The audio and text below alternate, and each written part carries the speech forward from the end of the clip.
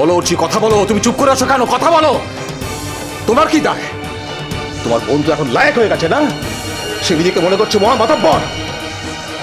সোজা কথা বলো, সোজা কথা বলো। বিয়েটা কি হয়ে গেছে না হয়নি? এখনো কোনো আশা আছে না? সব আশায় জলাঞ্জলি আমাদের। আমি অনেক চেষ্টা করেছিলাম বাবা। আমি জানি মিঠাই ওখানে কিছুতেই মানিয়ে চলতে পারবে না, কিন্তু বিয়েটা তখন শুরু হয়ে গেছিল।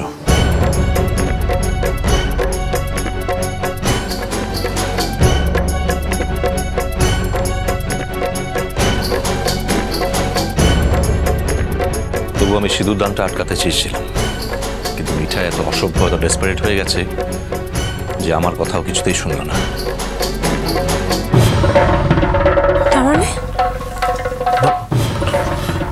তুমি একটুকু মানে বুঝতে পারছো না?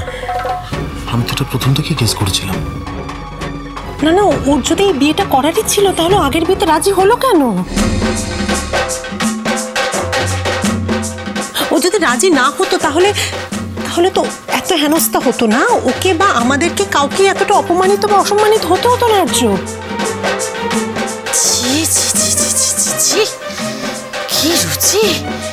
শেষকালে কিনা প্রকাশের মতো একটা ছেলে কেউ বিয়ে করলো। দুদিন মেজো, দুদিন। 3 দিনের দিন ওই মেয়ে যদি বাড়িতে না ফিরে এসেছে, আমার নাম পাল্টে নাম রাখিস। মিঠাইকে চিনতে তো আমার বাকি নেই।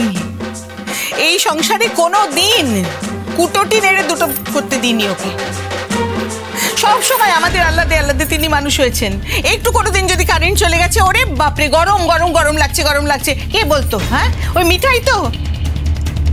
সেই মেয়ে নাকি ওই গন্ড গ্রামে গিয়ে আলো পাখা ছাড়া তিনি থাকবেন ওইখানে। এই কথাও আমাকে বিশ্বাস করতে হবে। তার মানে তো এই দাঁড়ালো যে চিরকাল ও আমার বোঝা হয়ে থাকবে। চিরকাল। আলো পাখার কথা বাদ দাও বৌদি। এই শহরে আমার মানুষ হয়েছে, ওই কলকাতা শহরের মতো শহরে, এখানে লেখাপড়া, বন্ধু বান্ধব সব। সেই মেয়ে থাকবে কিনা ওই গন্ড গ্রামে মানিয়ে গুনিয়ে?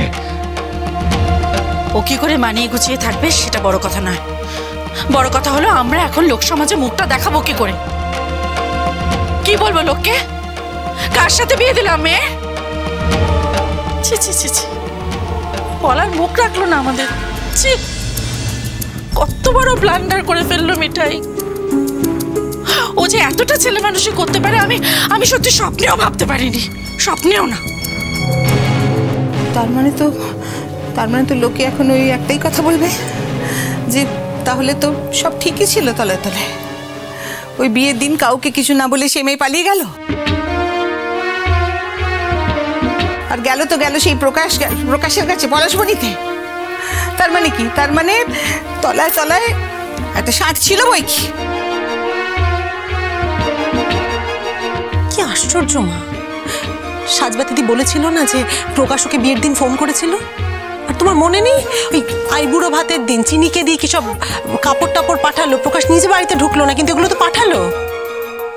তাহলে আমাদের সবারই তখন বোঝা উচিত ছিল যে ওদের মধ্যে কোনো একটা স্বার্থ অবশ্যই ছিল। না, আমার তো মনে হয় মেয়েটা অত্যন্ত বোকা। হ্যাঁ, ও যদি কাউকে ভালোবেসে থাকে, বেশ করেছে, ও ভালোবেসেছে, কি অসুবিধা আছে? না ঠিক আছে। হ্যাঁ, কি ভয় পাচ্ছে যে বাড়ির সবাই মেনে নেবে না? ঠিক আছে, আমাকে এসে একবার বলতে পারতো, বা আমাদের বলতে পারতো, আমরা চেষ্টা করতাম বাড়ির সবাইকে রাজি করানোর। ছেলেটাকে দেখতাম যে গ্রাম থেকে শহরে নিয়ে এসে ওকে কোনো চাকরি বাকরি, যাই হোক, ওর জন্য একটা কিছু করার অ্যাটলিস্ট চেষ্টা করতাম। কিন্তু ও এইভাবে একটা ডিসিশন নিয়ে ফেললো, গ্রামে গিয়ে পালিয়ে বিয়ে করে। বাবা, ও অর্চি চলে এসেছিস? আরে বাবু, নীলু প্রবুদ্ধ এলো না? তুই তো ওদের সঙ্গে থানায় ছিলি না? অফিসার ওদের আরো ঘন্টা দিক ওয়েট করতে বললো, বলে তার মধ্যে কোন একটা তুই তো চলে এসেছিস। তার মানে পলাশবনিতে নেই ওরা? বাবু, নীলু প্রবুদ্ধকে চলে আসতে বলো, আর কোনো খোঁজ করার দরকার নেই। তোমার বোন খুব গুণের কাজ করেছে। পলাশবনিতে গিয়ে পরের দিনই বিয়ের আসরে বসে পড়েছে।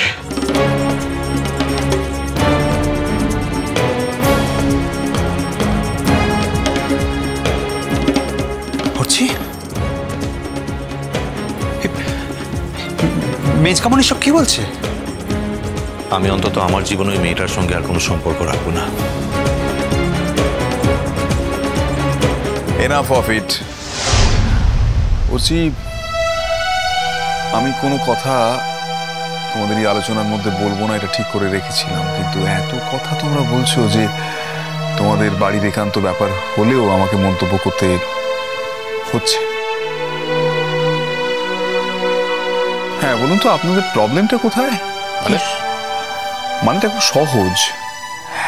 একটা মেয়ে একটা নিগ্রহের শিকার হয়েছে, আর তার ফলে বিয়ের দিন তার বিয়েটা ভেঙে গেছে।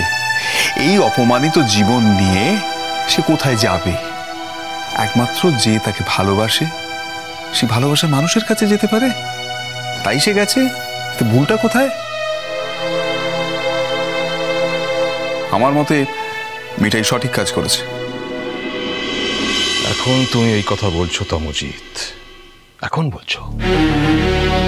যদি তোমার নিজের মেয়ে হতো, কথা বলতে পারতে? তুমি পারতে? বাহ বাহ বাহ, সত্যি এরপর আর আমার কোনো কথা বলেই চলে না।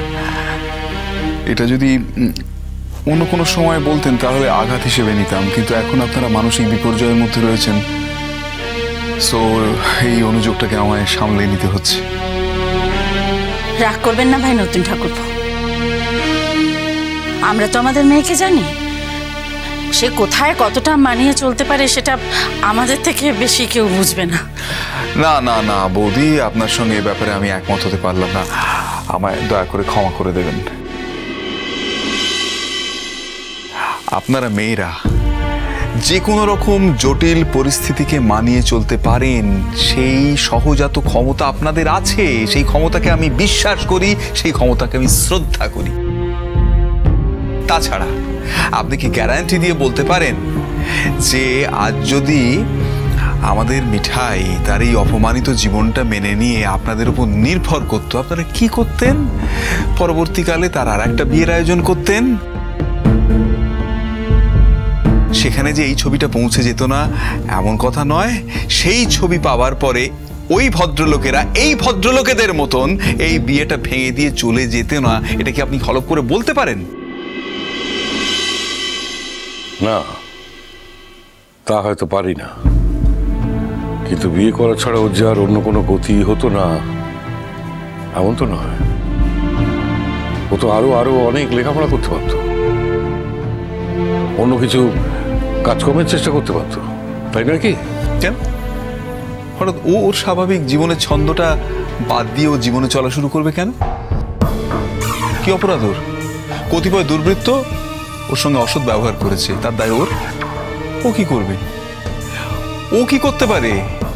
ও কেন তার জন্য সাফার করে ওর জীবনের সমস্ত স্বাভাবিক কামনা বাসনা ত্যাগ করবে, বিসর্জন দেবে? আমায় বলতে পারেন? অদ্ভুত কথা আপনি বলছেন কি করে দাদা? না না, যদি বিয়েটা হয়েই গিয়ে থাকে তাহলে এখন আমরা এসব নিয়ে কেন এত কথা বলছি আমি তো বুঝতে পারছি।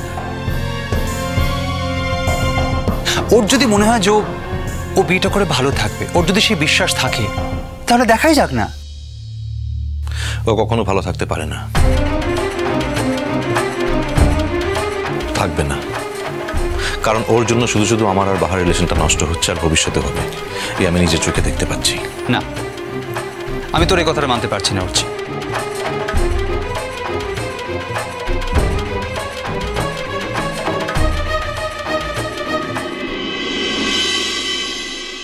আমি তো আসার সময় বাড়িতে কাউকে বলে আসিনি, আর আমার যে বিয়ে হয়ে গেছে এটা ওরা কেউ জানে না। তাই আমি ভেবেছিলাম যে প্রকাশকে নিয়ে একবার ও বাড়িতে যাব, গিয়ে ওদের প্রণাম করে ওদের আশীর্বাদ নেব। কিছু মনে তো কৰিছিলা মিঠাই, তোৰ ই কথাটোতে মোৰ চাইট ওলাই। মু তোৰ সঙ্গে তোৰ বাপের ঘরতে যাবক লাই। মিষ্টি কুটু মিষ্টি কুটু মিষ্টি কুটু।